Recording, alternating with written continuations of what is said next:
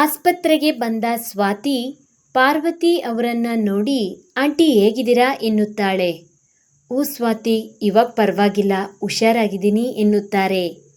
ಅಲ್ಲೇ ಪಕ್ಕದಲ್ಲೇ ಇದ್ದ ಗಣೇಶ್ ಅವರು, ಸ್ವಾತಿ ನಾಳೆ ಡಿಸ್ಚಾರ್ಜ್ ಮಾಡ್ತಾರಂತೆ, ಮನೆಗೆ ಬರ್ಬೋದಿತ್ತಲ್ಲ, ಇಲ್ಲಿವರೆಗೂ ಯಾಕೆ ಬರೋಕ್ಕೋದೆ ಎನ್ನುತ್ತಿದ್ದಂತೆ, ಹೌದು ಅಪ್ಪ, ನಾನು ಅದನ್ನೇ ಹೇಳ್ದೆ, ಇವಳು ನನ್ನ ಮಾತು ಎಲ್ಲಿ ಕೇಳ್ತಾಳೆ, ಬೇಡ ಅಂದರೂ ಬಂದಿದ್ದಾಳೆ ಎನ್ನುತ್ತಾ ಸ್ವಾತಿ ಕಡೆ ನೋಡುತ್ತಾನೆ ಸಿದ್ದು.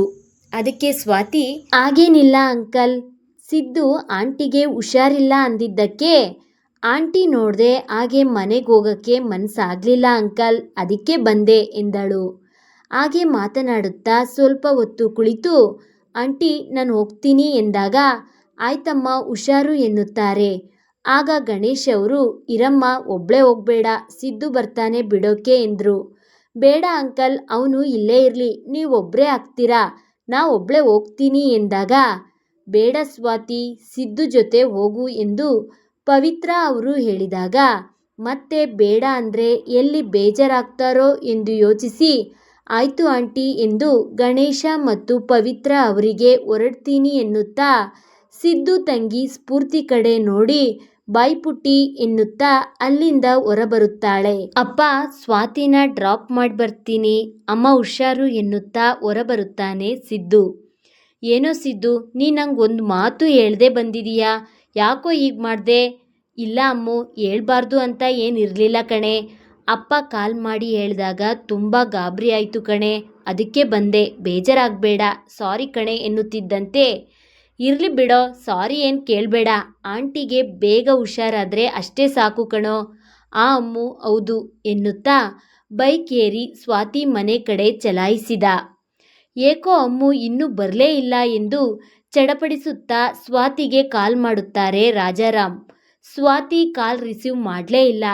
ಏನು ಹುಡುಗಿನೋ, ಸ್ವಲ್ಪನೂ ಜವಾಬ್ದಾರಿನೇ ಇಲ್ಲ ಎಂದುಕೊಳ್ಳುತ್ತಾ ಗೇಟ್ ಬಳಿ ಬಂದು ಮಗಳು ಬರುವ ದಾರಿಯನ್ನೇ ಕಾಯುತ್ತಾ ನಿಲ್ಲುತ್ತಾರೆ. ಸಿದ್ದು ಬೈಕ್ ರಾಜಾರಾವ್ ಅವರ ಮನೆ ಕಡೆಗೆ ಬಂದು ನಿಲ್ಲುತ್ತದೆ. ಅವರನ್ನ ನೋಡಿದ ರಾಜಾರಾಮ್ ಅವರು, ಓ ಸಿದ್ದು, ನೀನು ಜೊತೆಗೆ ಬಂದ್ಯಾ, ಇವಳು ಇಷ್ಟೊತ್ತಾದರೂ ಬಂದಿಲ್ಲ ಅಂತ ಭಯ ಆಗಿತ್ತಪ್ಪ ಎಂದರು. ಇಲ್ಲ ಅಂಕಲ್, ಟ್ರಾಫಿಕ್ ಇತ್ತು, ಅದಕ್ಕೆ ಲೇಟ್ ಆಯಿತು ಎನ್ನುತ್ತಾ, ನಾ ಹೊರಡ್ತೀನಿ ಅಂಕಲ್ ಎಂದು ಬೈಕ್ ಸ್ಟಾರ್ಟ್ ಮಾಡುತ್ತಾನೆ. ಒಳಗಡೆ ಬಾ ಸಿದ್ದು, ಕಾಫಿ ಕುಡ್ಕೊಂಡು ಹೋಗು ಎಂದರು ರಾಜಾರಾಮ್ ಅವರು. ಬೇಡ ಅಂಕಲ್, ನಾ ಹೊರಡ್ತೀನಿ, ಲೇಟ್ ಆಗುತ್ತೆ ಎಂದು ಬಾಯ್ ಅಂಕಲ್, ಬಾಯ್ ಅಮ್ಮು ಎಂದು ಅಲ್ಲಿಂದ ಹೊರಡುತ್ತಾನೆ. ಒಳಗೆ ಹೊರಟ ಮಗಳ ಹಿಂದೆ ಹೋಗುತ್ತಿದ್ದ ರಾಜಾರಾಮ್ ಅವರು, ಏನಮ್ಮು, ಕಾಲ್ ರಿಸೀವ್ ಮಾಡೋದಲ್ವಾ, ನಂಗೆ ಎಷ್ಟು ಟೆನ್ಷನ್ ಆಗಿತ್ತು ಗೊತ್ತಾ. ಯಾಕೆ ಪಪ್ಪ ಟೆನ್ಷನ್, ನಾ ಹೇಳಿದ್ನಲ್ಲ ಲೇಟ್ ಆಗುತ್ತೆ ಅಂತ ಅನ್ನುತ್ತಾ ತನ್ನ ರೂಮ್ ಕಡೆ ನಡೆದಳು. ಆಯಿತು, ಬೇಗ ಬಾ ಅಮ್ಮು, ಊಟ ಮಾಡುವಂತೆ ಎಂದರು.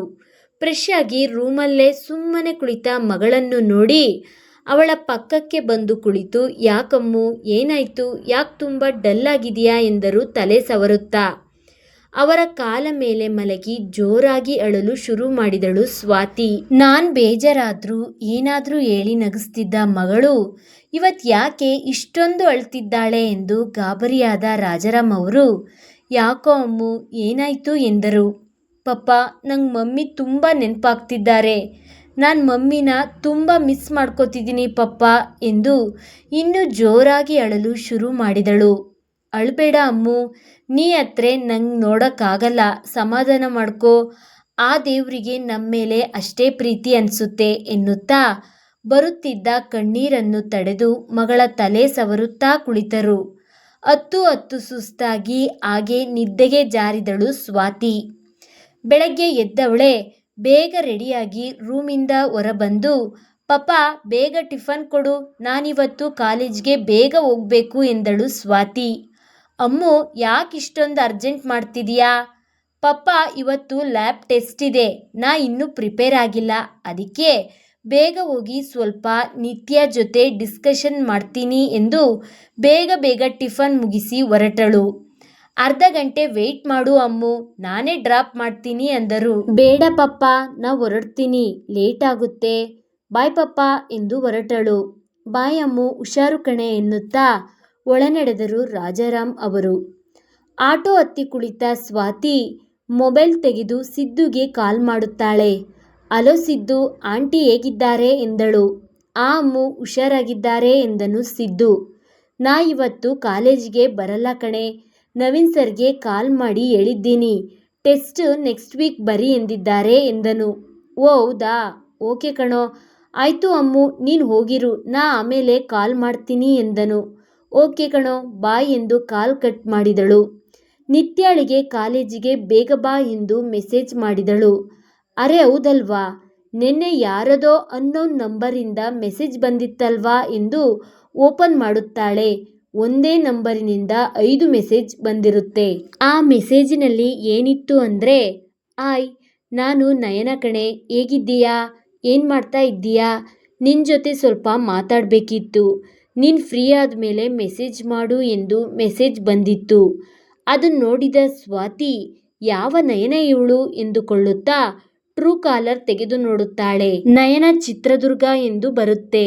ಅದನ್ನು ನೋಡಿದ ಸ್ವಾತಿ, ಓ ಮೈ ಗಾಡ್, ಇವಳಾಕಪ್ಪ ಕಾಲ್ ಮಾಡಿದ್ದು ನನಗೆ, ಇವಳಿಗ ನಾನು ಮೆಸೇಜ್ ಮಾಡೋದಾ ಎಂದುಕೊಳ್ಳುತ್ತಾ, ಛೇ, ನಾ ಯಾವತ್ತೂ ಆ ಕೆಲಸ ಮಾಡಲ್ಲ, ನಾನು ಏನಾದರೂ ಮಾಡಿದರೆ ಸಿದ್ದು ನನ್ನ ಸಾಯಿಸೇ ಬಿಡ್ತಾನೆ ಎಂದುಕೊಳ್ಳುತ್ತಾಳೆ. ಆಟೋಯಿಂದ ಇಳಿದು, ಛೇ, ಬೆಳಗ್ಗೆನೇ ನನ್ನ ಮೂಡೆಲ್ಲ ಹಾಳು ಮಾಡಿಬಿಟ್ಲು ಆ ನಯನ ಎಂದು ಮನಸ್ಸಲ್ಲೇ ಅವಳಿಗೆ ಇಡೀ ಶಾಪ ಹಾಕುತ್ತಾ ಕಾಲೇಜ್ ಕಡೆ ನಡೆದಳು. ಇತ್ತ ಕಾಲೇಜ್ಗೆ ಬಂದ ಸ್ವಾತಿ ನಿತ್ಯ ಜೊತೆ ಸೇರಿ ಎಲ್ಲ ಓದಿ ಮುಗಿಸಿದಳು. ಅಲ್ಲಿಗೆ ಬಂದ ಪ್ರಿಯಾಂಕಾ, ಯಾಕ್ರೆ ಇಬ್ಬರೇ ಇದ್ದೀರಾ, ಅವನೆಲ್ಲಿ ಸಿದ್ದು ಎನ್ನುತ್ತಾಳೆ. ಅವ್ರ ಅಮ್ಮಂಗೆ ಹುಷಾರಿಲ್ಲ ಕಣೆ, ಅದಕ್ಕೆ ಬರಲ್ಲ ಕಣೆ, ನವೀನ್ ಸರ್ಗೆ ಕಾಲ್ ಮಾಡಿ ಹೇಳಿದ್ದಾನಂತೆ, ಟೆಸ್ಟ್ ನೆಕ್ಸ್ಟ್ ವೀಕ್ ಬರಿ ಎಂದಿದ್ದಾರಂತೆ ಎಂದಳು ಸ್ವಾತಿ. ಹೌದೇನೆ, ಮತ್ತೆ ಇವಾಗ ಹೇಗಿದ್ದಾರೆ ಆಂಟಿ ಎಂದು ಕೇಳಿದಳು ಪ್ರಿಯಾಂಕಾ. ಇವಾಗ ಪರವಾಗಿಲ್ಲ, ಹುಷಾರಾಗಿದ್ದಾರೆ ಕಣೆ. ಆಯಿತು ನಡೀರೆ, ಟೆಸ್ಟ್ಗೆ ಲೇಟ್ ಆಗುತ್ತೆ ಎನ್ನುತ್ತಾ ಲ್ಯಾಬ್ ಕಡೆ ನಡೆದಳು ಸ್ವಾತಿ. ಅವಳ ಹಿಂದೆಯೇ ಪ್ರಿಯಾಂಕಾ ಮತ್ತು ನಿತ್ಯ ಕೂಡ ಹೊರಟರು. ಟೆಸ್ಟ್ ಮುಗಿಸಿ ಹೊರಬಂದ ಮೂವರು ಟೆಸ್ಟ್ ಹೇಗಾಯಿತು ಅಂತ ಮಾತನಾಡುತ್ತಾ ಕ್ಯಾಂಟೀನ್ ಕಡೆ ನಡೆದರು. ಜ್ಯೂಸ್ ಕುಡಿದು ಕ್ಯಾಂಟೀನಿಂದ ಹೊರಬಂದರು. ಆಯಿತು ಕಣೆ, ನಾ ಹೊರಡ್ತೀನಿ ಎನ್ನುತ್ತಾ ಹಾಸ್ಟೆಲ್ ಕಡೆ ನಡೆದಳು ನಿತ್ಯ. ನಾನು ಹೊರಡ್ತೀನಿ ಕಣೆ, ಶಾಪಿಂಗ್ ಹೋಗಬೇಕು, ಅಮ್ಮ ವೆಯ್ಟ್ ಮಾಡ್ತಿರ್ತಾರೆ ಎಂದು ಹೇಳಿ ಅಲ್ಲಿಂದ ಹೊರಟಳು ಪ್ರಿಯಾಂಕಾ. ಇತ್ತ ರಾಜಾರಾಮ್ ಅವರಿಗೆ ಕಾಲ್ ಮಾಡಿದ ಸ್ವಾತಿ, ಪಪ್ಪ, ನಾ ಸಿದ್ದು ಮನೆಗೆ ಹೋಗಿ ಬರ್ತೀನಿ, ಆಂಟಿಗೆ ಇವತ್ತು ಡಿಸ್ಚಾರ್ಜ್ ಮಾಡ್ತಾರಂತೆ ಪಪ್ಪ, ಮಾತಾಡಿಸ್ಕೊಂಡು ಬರ್ತೀನಿ ಎಂದಳು ಸ್ವಾತಿ. ಇರು ಅಮ್ಮು, ನಾನು ಬರ್ತೀನಿ, ಇಬ್ಬರು ಸೇರಿ ಹೋಗೋಣ, ನಾನು ಗಣೇಶ ಅವರನ್ನ ಮೀಟ್ ಆಗಿ ತುಂಬ ದಿನ ಆಯಿತು ಎಂದರು. ಹೌದಾ ಪಪ್ಪ, ಆಗಿದ್ರೆ ಬೇಗ ಬಾ, ನಾ ವೆಯ್ಟ್ ಮಾಡ್ತೀನಿ ಎನ್ನುತ್ತಾ ಕಾಲ್ ಕಟ್ ಮಾಡಿದಳು. ಪಪ್ಪ ಬರೋವರೆಗೂ ಕಲ್ಲು ಮೇಜಿನ ಮೇಲೆ ಮೊಬೈಲ್ ನೋಡುತ್ತಾ ಕುಳಿತುಕೊಳ್ಳುತ್ತಾಳೆ ಸ್ವಾತಿ. ವಾಟ್ಸಪ್ ಓಪನ್ ಮಾಡಿ ನಯನ ಕಳಿಸಿರೋ ಮೆಸೇಜ್ ಓದುತ್ತಾ, ನಯನ ನನ್ನ ಲೈಫ್ನಲ್ಲಿ ಮರೆಯೋಕ್ಕಾಗದೇ ಇರೋ ಹೆಸರು ಎಂದು ಮನದಲ್ಲೇ ಅಂದುಕೊಳ್ಳುತ್ತಾ ನೆನಪಿನ ಅಂಗಳಕ್ಕೆ ಜಾರುತ್ತಾಳೆ. ಅದು ಸ್ಕೂಲ್ ಲೈಫ್ ಮುಗಿಸಿ ಕಾಲೇಜ್ ಲೈಫ್ಗೆ ಕಾಲಿಟ್ಟ ಮೊದಲ ದಿನ. ಸ್ವಾತಿ, ಎದ್ದೇಳು, ಇವತ್ತು ಫಸ್ಟ್ ಡೇ ಅನ್ನೋದನ್ನು ಮರ್ತ್ಯಾ ಹೇಗೆ ಎನ್ನುತ್ತಾ ಬೆಡ್ಶೀಟ್ ಎಳೆದರು ಲಕ್ಷ್ಮಿ. ಏನು ಮಮ್ಮಿ ನೀನು, ನೆಮ್ಮದಿಯಾಗಿ ಮಲಗೋಕ್ಕೂ ಬಿಡಲ್ಲ ಎನ್ನುತ್ತಾ ಮತ್ತೆ ಮಲಗಿದಳು ಸ್ವಾತಿ. ವಾಕಿಂಗ್ ಮುಗಿಸಿ ಬಂದ ರಾಜಾರಾಮ್ ಅವರು, ಏನೇ ನೀನು ಅಮ್ಮುನ ಆಗ್ಯಾಕೆ ಗೋಳಾಡಿಸ್ತೀಯಾ, ಇವತ್ತೊಂದಿನ ಲೇಟಾಗಿ ಹೋದ್ರೆ ಏನಾಗಲ್ಲ ಎನ್ನುತ್ತಾ ಒಳಬಂದರು. ನಿಮ್ಮ ಮುದ್ದು ಜಾಸ್ತಿ ಆಗಿದೆ ಅವಳಿಗೆ, ಏನಾದರೂ ಮಾಡ್ಕೊಳ್ಳಿ ಅಪ್ಪ ಮಗಳು ಎಂದು ಮುನಿಸಿಕೊಂಡು ಅಡುಗೆ ಮನೆ ಕಡೆ ನಡೆದರು ಲಕ್ಷ್ಮಿ. ಇತ್ತ ಬೇಗ ಎದ್ದು ರೆಡಿಯಾಗಿ ದೇವರಿಗೆ ನಮಸ್ಕರಿಸಿ ಟಿಫನ್ ಮಾಡುತ್ತಾ ಸ್ವಾತಿಗೆ ಕಾಲ್ ಮಾಡುತ್ತಾನೆ ಸಿದ್ದು. ಅಯ್ಯೋ, ಸಿದ್ದು ಕಾಲ್ ಮಾಡ್ತಿದ್ದಾನ ಎಂದುಕೊಳ್ಳುತ್ತಾ ಟೈಮ್ ನೋಡಿ ಆಗಲೇ 9:10 ಆಗಿದೆ ಎಂದು ಗಡಬಡಿಸಿ ಎದ್ದು ರೆಡಿಯಾಗಲು ಹೊರಡುತ್ತಾಳೆ. ರೆಡಿಯಾಗಿ ರೂಮಿಂದ ಹೊರಬಂದ ಸ್ವಾತಿ, ಮಮ್ಮಿ ತುಂಬ ಲೇಟ್ ಆಗಿದೆ, ಟಿಫನ್ ಬಾಕ್ಸ್ ಹಾಕಿಕೊಡು, ನಾ ಹೊರಡ್ತೀನಿ ಎನ್ನುತ್ತಾ ಸಿದ್ದುಗೆ ಕಾಲ್ ಮಾಡಿ ಬೇಗ ಬಾರೋ, ಲೇಟ್ ಆಗುತ್ತೆ ಎನ್ನುತ್ತಿದ್ದಂತೆ ಬೈಕ್ ಬಂದ ಶಬ್ದ ಕೇಳುತ್ತದೆ. ಅಯ್ಯೋ, ಇವನು ಬಂದೇ ಬಿಟ್ನಾ ಎಂದುಕೊಳ್ಳುತ್ತಾ, ಮಮ್ಮಿ ಬಾಯ್, ನಾನು ಹೊರಡ್ತೀನಿ, ಸಿದ್ದು ಬಂದ, ಬಾಯ್ ಪಪ್ಪ ಎನ್ನುತ್ತಾ ಕಾಲೇಜಿಗೆ ಹೊರಟಳು. ಕಾಲೇಜಿಗೆ ಬಂದ ಇಬ್ಬರು ಕ್ಲಾಸ್ ರೂಮ್ ಹೋಗಿ ಸೇರುತ್ತಾರೆ. ಹೋಗಿ ಫಸ್ಟ್ ಬೆಂಚಲ್ಲಿ ಕುಳಿತ ಸ್ವಾತಿ ಅಲ್ಲೇ ಪಕ್ಕದಲ್ಲಿ ಇದ್ದ ನಯನ ಮತ್ತು ಪೂಜಾಳನ್ನು ಪರಿಚಯ ಮಾಡಿಕೊಂಡಳು. ಅತ್ತ ಲಾಸ್ಟ್ ಬೆಂಚ್ಗೆ ಹೋಗಿ ಕುಳಿತ ಸಿದ್ದು ಪ್ರವೀಣ್ ಮತ್ತು ಕುಮಾರ್ನನ್ನು ಪರಿಚಯ ಮಾಡಿಕೊಂಡು ಅವರ ಜೊತೆ ಹರಟೆ ಹೊಡೆಯುತ್ತಾ ಕುಳಿತುಕೊಳ್ಳುತ್ತಾನೆ. ಕ್ಲಾಸ್ ಮುಗಿಸಿ ಹೊರಬಂದ ಎಲ್ಲರೂ ತಮ್ಮ ತಮ್ಮ ಪರಿಚಯ ಮಾಡಿಕೊಂಡರು. ಹಾಗೆ ದಿನಗಳು ಕಳೆದಂತೆ ಎಲ್ಲರೂ ಒಬ್ಬರನ್ನೊಬ್ಬರು ಅರ್ಥ ಮಾಡಿಕೊಂಡಿರುತ್ತಾರೆ. ಸ್ವಾತಿಗೆ ನಯನ ಅಂದರೆ ಪಂಚಪ್ರಾಣ. ಇಬ್ಬರು ಒಬ್ಬರನ್ನೊಬ್ಬರು ಬಿಟ್ಟು ಇರಲಾರದಷ್ಟು ಕ್ಲೋಸ್ ಆಗಿರ್ತಾರೆ. ಸ್ವಾತಿ ಮತ್ತು ನಯನ ಒಟ್ಟಿಗೆ ಸೇರಿದರೆ ಅವರಿಗೆ ಬೇರೆ ಪ್ರಪಂಚವೇ ಕಾಣಿಸ್ತಿರ್ಲಿಲ್ಲ. ಇವರಿಬ್ರು ಸೇರಿ ಸಿದ್ದುಗೆ ಯಾವಾಗಲೂ ರೇಗಿಸ್ತಾನೇ ಇರ್ತಿದ್ರು. ಸಂಡೇ ಬಂದರೆ ಸಾಕು ಇಬ್ರು ಎಲ್ಲಾದ್ರೂ ಹೊರಗಡೆ ಹೋಗ್ತಿದ್ರು. ಆಗಾಗ ಸಿದ್ದು ಕೂಡ ಅವ್ರ ಜೊತೆ ಹೋಗ್ತಿದ್ದ. ಡೈಲಿ ನೈಟ್ ಫೋನ್ನಲ್ಲಿ 1 ಗಂಟೆ ಹರಟೆ ಹೊಡೆದಿಲ್ಲ ಅಂದರೆ ಸ್ವಾತಿ ಮತ್ತು ನಯನಾಗೆ ನಿದ್ದೆನೇ ಬರ್ತಿರ್ಲಿಲ್ಲ. ನೋಡ್ತಿದ್ದಂತೆ 1 ವರ್ಷ ಕಳೆದೇ ಹೋಗುತ್ತೆ. ಇಷ್ಟರಲ್ಲಿ ಸ್ವಾತಿ ಮತ್ತು ನಯನ ಎಷ್ಟು ಕ್ಲೋಸ್ ಆಗಿರ್ತಾರೆ ಅಂದರೆ ಇವ್ರ ಕ್ಲಾಸಲ್ಲಿರೋ ಎಷ್ಟೋ ಜನ ಇವ್ರು ನೋಡಿ ಹೊಟ್ಟೆ ಕಿಚ್ಚು ಪಡ್ತಿದ್ರು. ಫೈನಲ್ ಎಕ್ಸಾಮ್ ಬಂದಿದ್ರಿಂದ ಎಲ್ಲರೂ ಸೀರಿಯಸ್ ಆಗಿ ಓದೋಕ್ಕೆ ಶುರು ಮಾಡಿದ್ರು. ಅಂದು ಕಾಲೇಜ್ಗೆ ಬೇಗ ಬಂದ ಸ್ವಾತಿ ತುಂಬ ಓದೋದಿದೆ, ಇವರಿಬ್ರು ಯಾವಾಗ ಬರ್ತಾರೋ ಎಂದು ಮನದಲ್ಲೇ ಗೊಣಗುತ್ತಾ ಲೈಬ್ರರಿ ಕಡೆ ನಡೆದಳು. ಏನೇ ಅಮ್ಮು, ಒಬ್ಳೇ ಇದೆಯಾ? ಇನ್ನೊಂದು ಕೋತಿ ಎಲ್ಲಿ ಎಂದು ಕೇಳುತ್ತಾ ಸ್ವಾತಿ ಪಕ್ಕ ಬಂದು ಕುಳಿತುಕೊಳ್ಳುತ್ತಾನೆ ಸಿದ್ದು. ಇಲ್ಲ ಕಣೋ, ಯಾವಾಗಲೂ ನಮಗಿಂತ ಮುಂಚೆ ಬರೋಳು. ಇವತ್ತೇನಾಯ್ತು ಇವಳಿಗೆ ಎಂದಳು ಸ್ವಾತಿ. ಹೌದಾ ಅಮ್ಮು, ಕಾಲಾದರೂ ಮಾಡೆ ಎಲ್ಲಿದ್ದಾಳೆ ಅಂತ ಕೇಳು ಎಂದನು ಸಿದ್ದು. ಅವಾಗಿಂದ ತುಂಬ ಸಲ ಮಾಡಿದ್ದೀನಿ ಕಣೋ, ಯಾಕೋ ಸ್ವಿಚ್ ಆಫ್ ಬರ್ತಿದೆ ಎಂದಳು. ಅವಳಿಗೆ ಹುಷಾರಿದೆಯೋ ಇಲ್ವೋ ನೋಡೋಣ, ಆಮೇಲೆ ಕಾಲ್ ಮಾಡ್ತಾಳೆ, ನೀ ಏನು ತಲೆ ಕೆಡಿಸ್ಕೋಬೇಡ, ಓದೋಕ್ಕೆ ಶುರು ಮಾಡು ಎಂದು ಅವನು ಓದಲು ಶುರು ಮಾಡುತ್ತಾನೆ.